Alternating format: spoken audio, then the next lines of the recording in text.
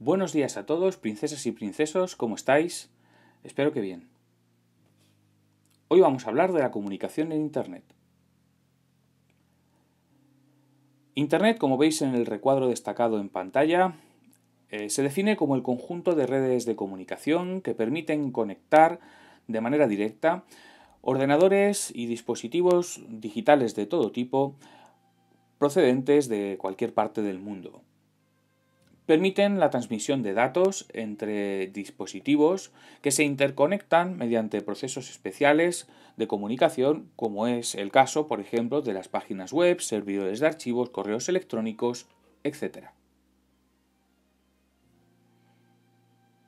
La comunicación en Internet se puede analizar desde el punto de vista del esquema de la comunicación que hemos visto en clase otras veces, y por lo tanto tiene sus mismos elementos: emisor, receptor, canal, mensajes, código.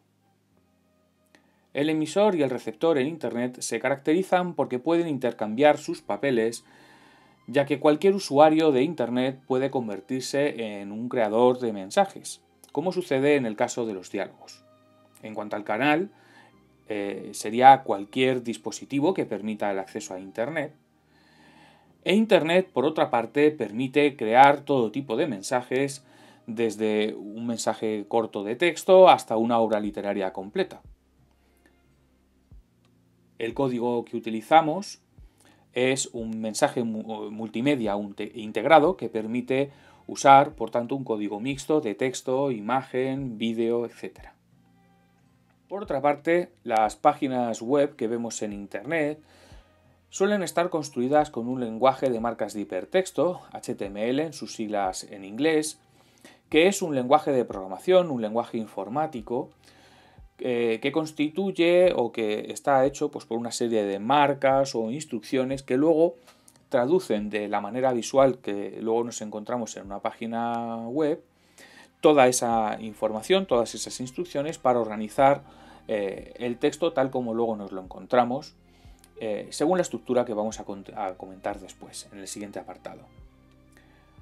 El texto de las páginas web se diferencia del texto tradicional en el hecho de que no contiene en sí toda la información a la que potencialmente podemos acceder.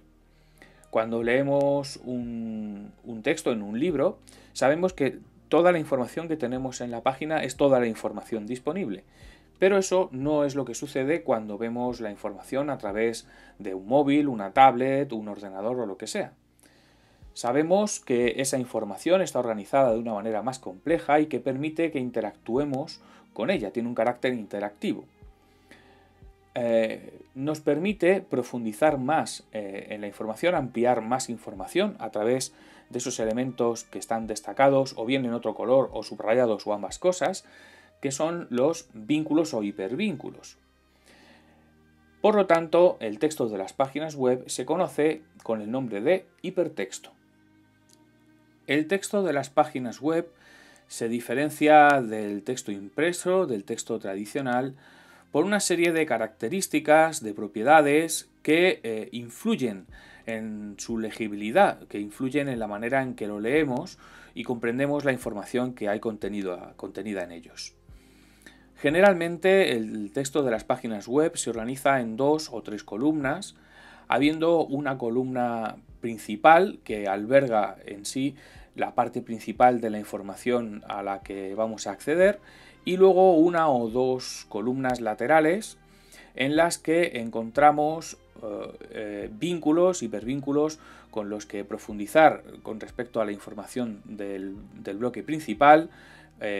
También podemos encontrar un directorio de entradas anteriores, anuncios, elementos multimedia, etc. Es frecuente que el texto de las páginas web pueda ser comentado por sus lectores, puesto que, como hemos dicho antes, cualquier usuario de Internet puede ser un creador potencial de mensajes. Y esto hace que los lectores también puedan convertirse en cierta manera en autores del texto que tenemos delante. Por otra parte, como ya hemos mencionado en varias ocasiones, se pueden combinar distintos códigos y pues eso hace que aparezcan imágenes, vídeos, audios, hipervínculos, etc. Existen distintas modalidades de comunicación en Internet. Tenemos, por ejemplo, los correos electrónicos, que podemos usar a través de aplicaciones pues, como Mail, Gmail, Outlook, etc. Constituyen la versión de la versión digital de la carta tradicional, y ambos, aunque tienen características muy parecidas, se distinguen por el hecho de que, por lo pronto, los correos electrónicos tienen un envío y una recepción inmediatos, instantáneos. Permiten también que un solo mensaje llegue a una multitud de personas y admite también el empleo de lenguaje multimedia. En una carta tradicional podemos adjuntar una fotografía, pero no podemos adjuntar un vídeo, por ejemplo. Y tampoco podemos enriquecer el texto que tenemos delante mediante hipervínculos, cosa que sí que podemos hacer con un correo electrónico. Luego, por otra parte, tenemos los sistemas de chat, charla o mensajería, que son sistemas que permiten el diálogo entre dos o más personas, si es a través de un grupo, a través de mensajes de texto. Esto implica que, aunque el medio principal sea el cauce principal, sea el texto escrito, tiene características más espontáneas que son propias, digamos, del lenguaje oral, y hace que sean textos más improvisados, con un menor grado de planificación, y por lo tanto suelen contener más errores ortográficos, de concordancia, son textos con una cohesión menor, etc.